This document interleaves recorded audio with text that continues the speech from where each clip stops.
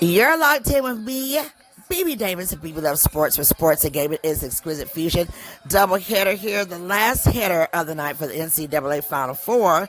Texas 17, UCLA 20. Counting down 1 second, end of the first half. All right, so here's my thoughts, and we know that the internet is going wild still with the Geno Staley confrontation there. But what we did find out real quick on that, media is so great, instantaneous. They have it uploaded to all the social media.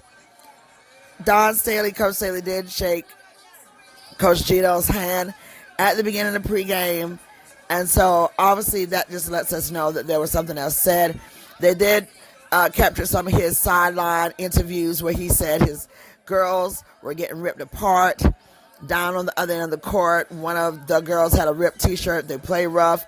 They're not getting their points. However, insert Staley talks all kind of talk, unquote, to referees and all that. So it's just crazy what's been happening, but it was definitely out of pocket and unsportsmanlike conduct. All right, we got Flavor Flav here for the second half game of the double headers.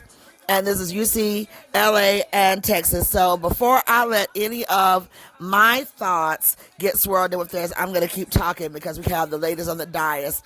I thought that Texas started off a little slow coming into this game, and UCLA was just shooting, getting everything going, mostly on their sides from sideline shots, three-point shots, going up into the paint, putting the ball around the perimeter, perfect pass protection, taking advantage of points lost and some trouble at the beginning with Texas. But through all of that, trailing, we're going into the second half 2017.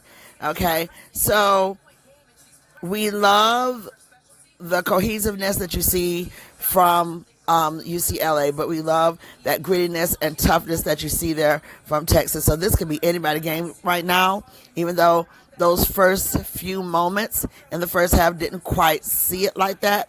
But we do have a game here, ladies and gentlemen. So it's all about the adjustments.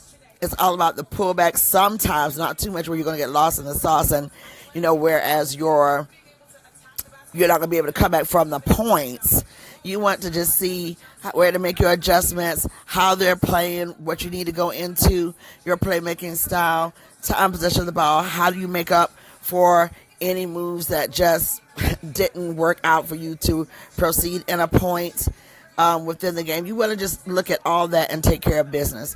I always say that the second half is when you really, really take care of business and put it away as much as you can, even trying to get down to the wire. So we got a first great win with Carolina, and now we have a great game here.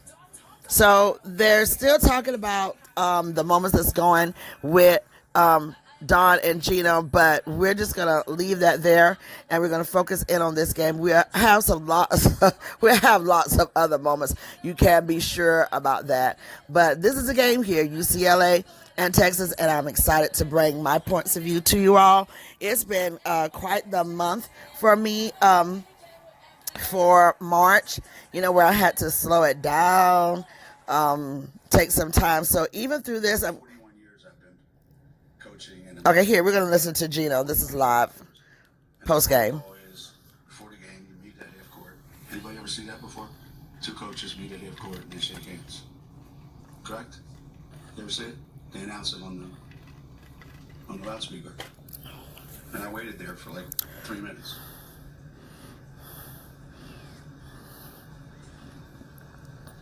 Okay, he's talking about meeting half court and waited there for 3 minutes. So now he's all in his feelings.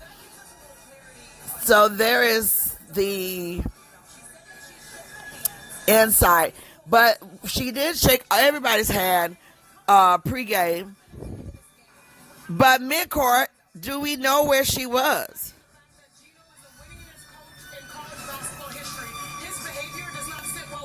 No, it don't sit well with me either. Not at all. You're the winners coach right now. He had, everybody know Pat Summit, who follows the game.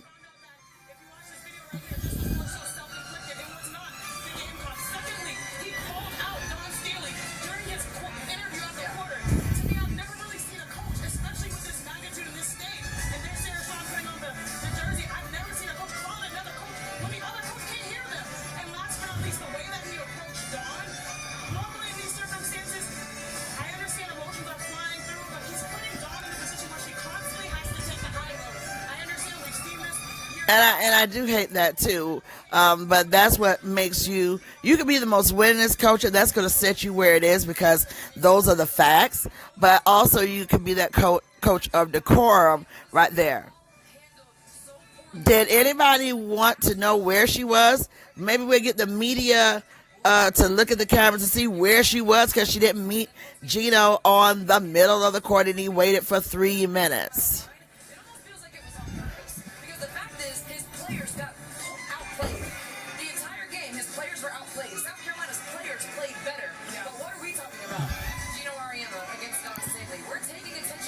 Off of the players and taking the picture off the games, which is true. They got outplayed.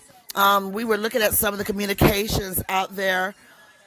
We were listening to some of the communications that was out there on comments land and social media, and they were just saying, and when you do look at the roster and you look at the schedule that they had, South Carolina was playing some top contenders, tops to where they got to face even now. So you can say easier schedule for one, a more intense schedule for another. But, when you take a look at that, that could be a factor as well. So you just don't know what is happening here. Again, everybody, you can't be a winner or a loser. And we're not going to make this sportcast here at BB Love Sports all about Gino and what happened and transpired between Coach Gino and Coach Don. But what we will say, yeah, at times it does get tiring to take the high road. It absolutely does. Just like I was saying for tennis, Wimbledon and all of the, French Open, everything else, when it came to Naomi Osaka, she had to take the high road when she won against the GOAT, Serena. She had to take the high road when Coco Gauff was not the Coco Gauff we have now that she lost. And Naomi Osaka had to take that high road. And I was like, it's going to come to a point where, damn, can I just enjoy my win without trying to make you feel better because you lost or you feel better because you lost. And, you have to have, once again, grace. And I always say that. You have to have grace in losing. It tells a lot about your character and everything like that, how you can have grace. And then speaking of grace, stopping mid-sentence there, I had to take grace and say, hey, B, you cannot be Superwoman right now. Everything is crashing all around you, and you need to take some grace before you be in the grave. So when you are someone of a strong mindset and you have to take some steps back, you have to learn to check yourself. Because you're not always going to have other people around to check you. But you have to learn to check yourself. And you know what? Listen, I need to give myself grace here. It's a lot going on. I need to decompress. I need to focus on myself. And I love the fact that those around me gave me that grace. So even though I'm supposed to be a little bit more calmer than this, I made sure that I needed to do what I needed to do, self-care before covering the game, and I'm making sure that I do what I need to do after I cover these games, because you want to be there for your moments and never rush your time when you could be scaling back some things, because stress, and not only just stress, but so many climatic things that come around us, so many things going on in the world. We get to internalize a lot of this stuff, and we have to make sure that we have that grace for ourselves. Now, I do love the fact that even though all of this was going on the court, the high drama with NCAA basketball tonight, that the players did not so involve and they gave themselves grace, because you have to make sure that you keep yourself aligned right, especially if your goal is to continue on your goal is to continue on in your career to possibly go into the WNBA or go into coaching or just whatever. And that grace you give yourself and your je ne sais quoi, all of that, that's what's going to really make the difference. So I'm very proud of both teams, the players that they stayed out of that, like the older people like to say Malay, and just let everybody do what they needs to do. So then we are going to be bombarded with the different social media takes. People are already on there talking. We won't talk about that now, but as far as with UCLA and with Texas, what I'm seeing is a good second half to come back to, and we'll just have to see what happens. I really am pushing for Texas to bring it through, but you'll just have to see how they both have been playing really good ball. There was a lot of missed opportunities there that happened with Texas. I don't know if that was intentional or not intentional. I would hate to think that because you're just one moment from the natty, so I wouldn't think that you would want to, like, oh my God, put myself on the line like that. But then they were able to bounce back, and so this is not a runaway train for the game. So I'm going to enjoy myself, look at the game, and then I'll be coming back with some more thoughts and some more highlights. So wherever you are, have a great Good Friday. Remember to give yourself some grace and to give yourself check yourself many times to see if you're anywhere going out of pocket or anything like that. And self-care, that is most important. So you can best believe I dipped back in to test the waters, and I think I'm doing pretty good. But then I know to go back into a deep dive self-care after this. And all it is just that when you do so much, you need to always remember you might be doing so much for yourself, or most times it's doing so much for others, life experiences, different things like that. And then you have to say, hey, let me slow down and give myself some grace and give myself some self-care time. That way you can continue to be there for others as you have that healthy balance. So we got a good game here. I'm excited about it. NCAA Final Four doubleheader. This is going to be in the books for Unforgettable Good Friday.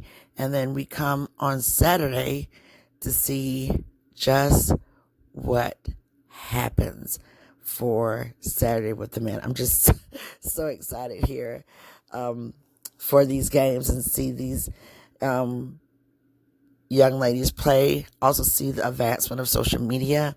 It's just a beautiful thing. So here we go, ladies and gentlemen. National championship. Gamecocks await to see who they will play on Sunday. And I'll be back. I'm BB Davis for BB Loves Sports.